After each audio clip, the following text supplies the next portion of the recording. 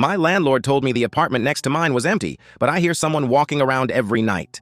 I moved into a cheap apartment after my breakup because it was all I could afford. The building was old, the hallways smelled like dust and cigarettes, and every tenant kept to themselves. But during the tour, I specifically asked my landlord about the unit next to mine because I heard a loud thud coming from inside. He laughed and said, "Oh, that place has been empty for months." Cool, whatever. The first few nights were normal, until around 2:13 a.m. Every single night I'd hear footsteps coming from the apartment next door. Slow pacing, back and forth. Sometimes it sounded like furniture scraping across the floor. Once, I even heard what sounded like a woman crying. At first, I assumed someone had moved in. But when I checked the hallway the next morning, the apartment still had a chain lock on the outside of the door. Dust all over the knob. No welcome mat. No lights. I asked my landlord again. He got weirdly serious and said, "You're probably hearing the pipes. Pipes don't walk around." A week later, I came home late from work and noticed something that made my stomach drop. The chain lock was gone. The apartment door was cracked open just enough for me to see darkness inside. I froze. Then I heard movement. Not footsteps this time, breathing, like someone was standing right behind the door listening to me. I went straight back to my apartment, locked the door, and barely slept. Around 3 a.m.,